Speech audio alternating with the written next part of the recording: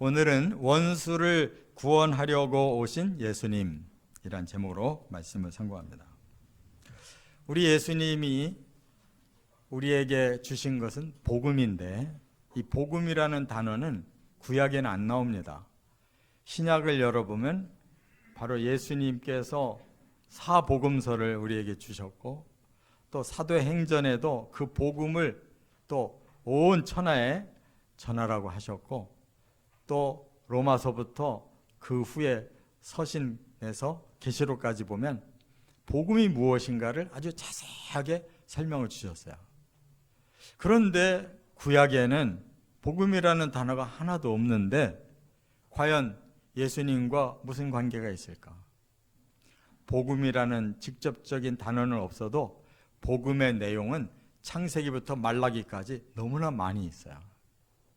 그것을 제일 먼저 확실하게 아시고 우리들에게 종합적으로 설명을 해주신 분이 바로 예수님이시고, 창세기부터 말라기까지의 그 복음에 대한 부분의 계시가 다 합해져서 예수님이 복음을 완벽하게 말씀하시고 몸으로 실행하시고 완성을 해주시는 것이 요한계시록으로 끝날 줄 믿습니다.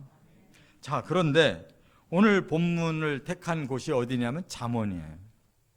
잠언 25장에서 21절, 22절, 25절을 읽어보니까 여기에 복음의 내용이 가득하게 들어있다 그 말이에요. 복음이란 단어는 조금 다르게 좋은 기별이라고 이렇게 소개를 해놨어요. 좋은 기별이나 기쁜 소식 다 복음인 것이에요. 그래서 과연 어떤 내용으로 우리 예수님은 우리를 구원하러 오셨는지, 여기서 진정한 복음의 뜻을 깨닫는 시간 되시기를 바랍니다. 첫째, 25절에 보면 먼 땅에서 복음을 주려고 오셨다 그랬어요. 한번 다시 25절을 읽겠습니다. 먼 땅에서 오는 좋은 기별은 목마른 사람에게 냉수와 같으니라. 네. 여러분, 먼 땅에서 좋은 기별은 목마른 사람에게 냉수와 같다. 이게 뭐 그냥 그럴듯한 얘기 아니에요? 멀리서 어떤 좋은 기별을 가지고 와서 들었다면 목말라 죽겠던 사람이 옆에서 냉수를 줘서 마시는 것처럼 그렇게 기분 좋은 일이다. 이런 정도의 상식을 얘기하려고 이 잠언을 격언으로 주신 게 아니에요. 하나님의 비밀을 이렇게 우리들에게 비유로 쉽게 가르쳐 주신 거라는 걸 깨달아야 된다 그 말이에요. 자, 그러면 이게 무슨 말이냐? 먼 땅에서 좋은 기별이 왔다는 것은 바로 하나님 나라에서 예수님께서 오시는데 좋은 기별을 가지고 오셨다는 거예요. 여기 좋은 기별이라는 말이 바로 복음이라는 단어와 똑같은 거예요. 그래서 우리가 히브리 원어로는 토브 쉐모나 이렇게 불러요. 이 토브라는 말은 좋다, 기쁘다, 막 최고다, 이런 단어를 뭐 좋은 거를 다 종합해서 쓸 때 토브라는 단어를 쓰는데, 거기에다가 쉐모나라는 말은 기별이라고 지금 해석했지만 사실 소식이라는 단어와 똑같은 거예요. 그렇다면 요 원어 토브 쉐모나는 우리가 잘 들어보지 않은 히브리 원어지만 이걸 복음서에 나오는 헬라어 원어로 바꾸면 뭐냐? 유앙겔리온이라고 그래요. 이것도 바로 두 자예요. 유자가 토브와 똑같은 그런 뜻을 가진 기쁘다, 또 최고다, 좋다, 이 단어가 유라는 말이에요. 거기다가 앙겔리아 그러면 이게 소식이라는 뜻이에요. 최고의 소식. 그래서 우리가 한자로 그걸 복음이라고 쓴 거예요. 자, 오늘 본문에 하나님께서 왜 25절에 이걸 밝히셨느냐? 하나님께서 우리에게 최고의 기쁜 소식을 주셨다면 그게 뭘까? 그게 바로 구원이라는 거예요. 그 구원을 예수님이 가지고 오셔서 드디어 우리에게 주셨다는 사실을 선포하신 말씀으로 깨달으시기 바랍니다. 그런데 여기에 중요한 단어가 하나 또 깨달아져야 돼요. 그게 뭐냐? 21절에 보면요, 원수에게 그랬어요. 원수에게. 여러분, 이 기쁜 소식을 들려주려고 예수님이 오셨는데 누구에게 들려주려고 했느냐? 원수에게라는 뜻이에요. 원수에게.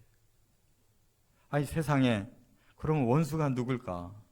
우리가 알기로는 하나님의 원수는 사탄밖에 없는데 아닙니다. 성경에는 분명하게 사람을 원수라고 했어요. 왜 그럴까? 바로 원수인 사탄에게 속아서 우리가 죄를 범하게 되므로 우리도 원수가 되었다는 거예요. 그렇다면 사탄에게 복음을 전하려고 하실까? 아니죠. 사탄은 도저히 돌이킬 수가 없는 자이고 그것은 영원히 멸망을 당하기로 그것은 완전히 결정되어 있는 자예요. 그러나 그에게 속아가지고 죄인이 됐고 그로 인해 형벌을 당해야 될 사람은 사탄과는 달라요. 그래서 의도적인 범죄자와 또한 속아서 어쩔 수 없는 범죄를 저지른 사람과는 다르다 그 말이에요. 그래서 하나님은 바로 원수가 된 그 사람은 다시 구원하기로 마음을 먹으셨기 때문에 예수님을 우리 위해 보내신 줄 믿습니다. 그래서 계시록 21장 6절에 보면 이렇게 말씀을 했어요. 내게 말씀하시되 이루었도다. 나는 알파와 오메가요 처음과 마지막이라. 내가 생명수 샘물을 목마른 자에게 값없이 주리니 이기는 자는 이것들을 상속으로 받으리라. 나는 그의 하나님이 되고 그는 내 아들이 되리라. 이렇게 말씀했어요. 하나님이 이 기쁜 소식을 주실 때 그 원수된 자의 마음을 아셔요. 그들은 목마른 자라고 그랬어요. 왜? 죄를 지어놓고 아무리 후회해도 해결할 길이 없고 너무나 난감해서 영적으로 목말라 한단 말이에요. 다시 이 죄를 해결하고 싶고 다시 원래 상태로 돌아가고 싶고 다시 하나님이 보내신 그곳으로 다시 가고 싶다 이 말이에요.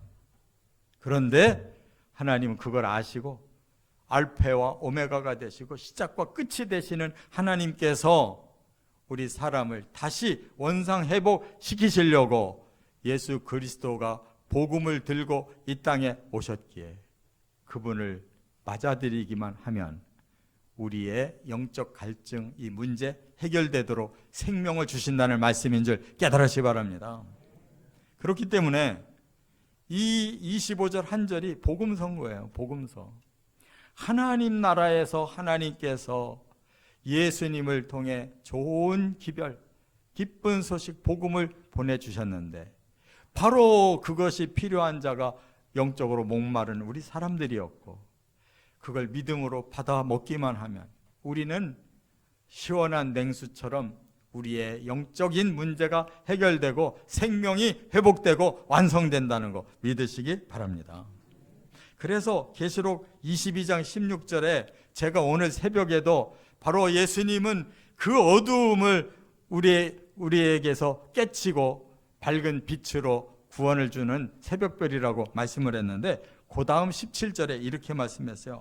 성령과 신부가 말씀하시기를 오라 하시는도다. 듣는 자도 오라 할 것이요 목마른 자도 올 것이요 또 원하는 자는 값없이 생명수를 받으라 하시더라 그랬어요. 그 새벽별이신 예수님을 통해서 우리의 목마름을 해결하고 영원한 생명을 주려고 하시는데 뭐 대가가 있느냐? 대가 없다는 거예요. 그냥 믿고 오라는 거예요. 믿고 오면 값 없이 생명 주시겠다고 하나님이 약속하신 것이 바로 복음인 줄 깨달으시기 바랍니다. 두 번째, 21절에는 그러기 위해서 또 뭘 주시려고 하느냐? 사랑을 주려고 오셨다. 이렇게 말씀하는 거예요. 자, 21절을 같이 읽어보겠습니다. 내 원수가 배고파 하거든 음식을 먹이고 목말라 하거든 물을 마시게 하라. 자, 하나님께서 그 아들 예수를 이 땅에 보내시면서 사람들을 구원하기 위해 어떻게 해야 되는지를 계시하셨는데, 그 원수가 배가 고파하거든 먹을 걸 줘라, 목말라 하거든 마실 걸 줘라, 이렇게 말씀했어요. 그래서 예수님은 이 땅에 사람들, 그 죄인들, 원수들을 구원하기 위해서 원수를 사랑하러 오신 거예요. 믿으십니까? 그렇기 때문에 그 사랑도 두 가지가 있는데, 예수님이 뭐라고 말씀했냐면 누가복음 6장 32절에 우리 사람들이 두 가지의 사랑이 다르다는 것을 이렇게 말씀했어요. 너희가 만일 너희를 사랑하는 자만을 사랑하면 칭찬받을 것이 무엇이냐? 죄인들도 사랑하는 자는 사랑하느니라. 이게 무슨 말이에요? 우리들의 이기적인 사랑, 그렇죠? 우리도 뭐 사랑한다고 할 때는 막 죽으라고 뭐 내 거 다 너한테 줄게 그래 놓고 조금만 삐끄러지면 있는 것도 다 뺏어가려고 그러잖아요. 우리 죄인의 사랑은 이래 이기적이에요. 그거 가지고는 사랑 구원 못 시켜요. 그래서 예수님이 누가복음 6장 35절에는 진짜 사랑을 이렇게 말씀하셨어요. 오직 너희는 원수를 사랑하고 선대하며 아무것도 바라지 말고 구워주라. 그리하면 너희 상이 클 것이요 또 지극히 높으신 이의 아들이 되리니 그는 은혜를 모르는 자와 악한 자에게도 인자하시니라. 지극히 높으신 하나님의 아들은 어떤 사랑을 하느냐? 바로 이러한 인자의 사랑을 하신다는 거예요. 그러면서 너희도 그렇게 사랑하라, 원수에게 사랑하라, 이렇게 예수님이 말씀하신 거예요. 믿으십니까? 예수님이 말씀만 하셨다면 이건 가짜일 수가 있어요. 그런데 예수님은 우리가 원수 됐는데 우리를 사랑하기 위해 대신 죽으셨단 말이에요. 배고픈 자 먹을 거 주고 목마른 자 마실 걸 주는 정도가 아니에요. 아예 당신의 보혈을 쏟아서 우리의 죄의 값을 다 치러버리고 우리가 죽어야 될 것을 예수님 대신 죽으셨다, 그 말이에요. 이거보다 더 큰 원수 사랑은 없는 줄 믿으시 바랍니다. 그걸 깨닫는 자가 주여, 제가 바로 그 원수된 자였지만 이제 주의 사랑을 제가 받아들이고 바로 그 사랑으로 구원받고 싶습니다 하고 믿으면 된다, 그 말이에요. 얼마나 예수님의 복음은 쉬우면서도 심오한 것인지 이론으로는 사람들이 다 알아요. 남을 위해 희생해주면 그 사람에게 유익을 주고 나도 나중에는 하나님께 상 받는다는 거 아는데 할 사람이 없어요. 우리는 남을 위해 죽어줄 수가 없다고요. 아무리 하늘나라에 큰 상을 준다고 해도 지금 나는 대신 죽을 수가 없어요. 그러나 하나님의 아들 예수 그리스도는 인자하시기 때문에 바로 그 긍휼의 사랑을 주실 수 있는 분이기 때문에 우리의 죄값을 대신 치르고 우리의 저주를 대신 받아서 그렇게 장사까지 되셨다, 그 말이에요. 그러려고 예수님이 탄생하신 줄 믿습니다. 자기의 죽음을 내다보고 알면서도 오신 예수님, 그래서 가장 가난하게 태어나신 예수님, 가장 깡촌에서 성장하신 예수님, 그러면서도 마지막에는 당신의 집이 있는 예루살렘에서 그 십자가에 돌아가셔야 되는 예수님, 그 마음을 우리가 깨달아야 된다, 그 말이에요. 그래야 십자가를 통해 구원이 우리에게 주어질 줄 믿습니다. 그러면서 예수님은 우리에게도 그렇게 하라고 말씀하신 거예요. 예수님이 우리에게 영혼을 구원할 사명을 남겨주셨잖아요. 이제 우리는 어떻게 해야만 그 영혼들을 구원할 수 있느냐? 우리도 원수를 사랑할 수 있어야 또 다른 원수도 사랑할 거 아니냐, 그 말이에요. 그래서 예수님이 우리에게 너희가 나를 따르려거든 자신을 부인해야 된다. 예수님은 십자가 앞에 자신을 부인하셨잖아요. 자기를 죽이셨잖아요. 우리도 자기 십자가가 있다는 거예요. 이 사명을 위해서 나 자신을 거기에다가 내려놓을 수 있는, 그 십자가를 질 수 있는 자로서 따라와야 예수의 제자다. 예수의 구원은 예수의 제자가 이루어 가야 되는데 우리가 바로 그런 원수 사랑을 해야만 가능하다 그 말이에요. 여러분, 그것이 쉬운 일이라면 누가 못할 사람이 있겠어요? 그러나 예수님은 공생애를 시작하셨을 때 수없이 많은 사람이 따랐지만 결국은 그 중에서 12명 건지셔서 제자라고 부르셨잖아요. 그 원리를 우리가 깨달아야 돼요. 제가 사복음서를 연구해 보니까 예수님은 4가지 방향으로 사역을 하셨어요. 어떻게? 병든 자는 고쳐주시고 배고픈 자는 먹여주시는 이러한 치유 사역, 베푸는 사역을 먼저 하셔요. 그리고 그들이 잘 모르는 자들에게는 일일이 가르쳐 주셨어요. 무지한 자들을 깨우쳐 주시는 일을 하셨어요. 그리고 바로 복음을 믿으라고 계속 복음을 전파하셨어요. 그리고 믿는 자들은 이제부터는 십자가를 지라고 제자 훈련을 하셨다 그 말이에요. 그러니까 우리도 예수님을 뒤따라 가려면 이와 같이 전도자가 돼야 되고 이렇게 전도해야 되는 거예요. 오늘 십자가의 복음은 말로 잘 얘기해 주는데 그러기 위해서 예수님처럼 필요를 채워주는 사역을 하질 않아요. 예수님은 섬기라고 말씀했어요. 마태복음 5장에 너희는 세상의 소금이다. 너희는 세상의 빛이다. 너희의 착한 행실을 사람들에게 보여주면 그들이 너희를 통해서 하나님께 영광을 돌리게 될 거다. 왜? 마음이 열려지고 그 사랑을 받은 자들이 바로 하나님의 그 사랑과 그 구원을 사모하고 믿음으로 함께 구원받을 길이 열릴 거다라고 말씀했어요. 그러므로 달랑 복음만 전하지 말고 그 전에 사람의 마음에 문을 열 수 있는 섬김이 필요하다.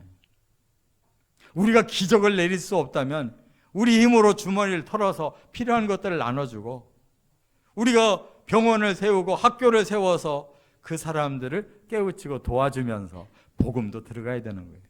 우리나라에 온 선교사들이 다 그렇게 했어요. 우리도 해외 선교사 다 그렇게 하고 있어요. 사람들의 마음을 사랑으로 열고 복음을 줘야 되고 그 복음을 믿는 자들은 십자가의 제자 훈련을 해야 되는 거예요. 할렐루야! 이게 살아있는 복음의 역사라는 거예요. 끝으로 세 번째, 22절에 보면 회개와 구원을 주려고 오셨다 하는 겁니다. 진정으로 사람을 구원하기 위해 회개를 하는 자에게 구원 주신다는 거예요. 22절 같이 읽겠습니다. 그리하는 것은 핀 숯을 그의 머리에 놓는 것과 일반이요 여호와께서 내게 갚아 주시리라. 자, 앞에서 좋은 기별을 갖다가 주고 그 다음에 원수인데도 그들이 원하는 것이 있다면 먹여주고 마시게 해주라고 그랬는데 그렇게 사랑을 베푼 이유가 뭐였느냐? 목적은 바로 여기 있는 거예요. 그렇게 하는 것은 그들의 머리에다가 숯을 얹는 것과 같다. 이 말은 뭐예요? 얼굴이 뜨겁게 된다는 거예요. 얼굴이 뜨겁다라는 말은 스스로 사랑을 받고 보면 사람의 양심이 열리고 사람에게 영감이 열려서 스스로 자기 죄를 깨닫고 스스로 토설한다 그 말이에요. 회개한다 그 말이에요.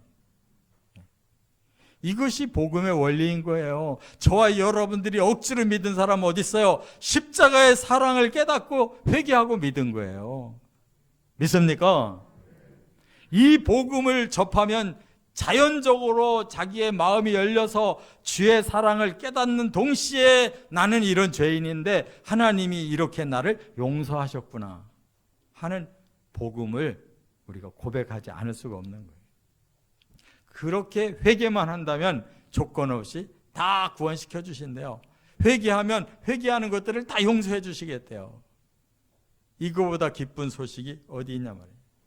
그렇기 때문에 우리가 이렇게 하나님 앞에 받은 것을 또 다른 사람에게 거저 나눠주고 그렇게 하고 있으면 하나님이 성령을 통하여 진리를 통하여 사람들의 마음을 다 움직여 주셔서 구원받을 자 꼭 회개하고 그 복음을 받아들이게 된다는 걸 믿고 전도하시기 바랍니다.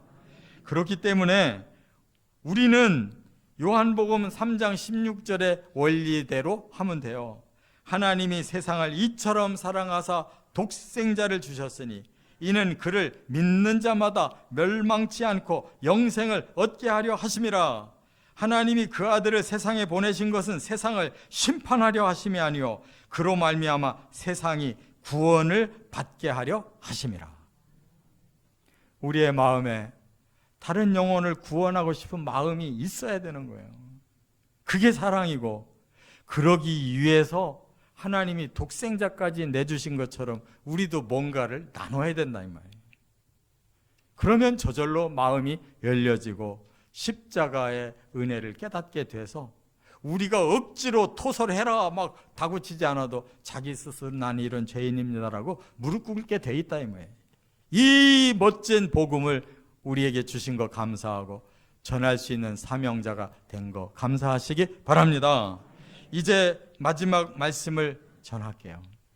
자, 사도행전 2장에 보니까 제자들이 말씀을 기다리다가 그들이 열흘 만에 기도한 지 열흘 만에 성령 받았어요.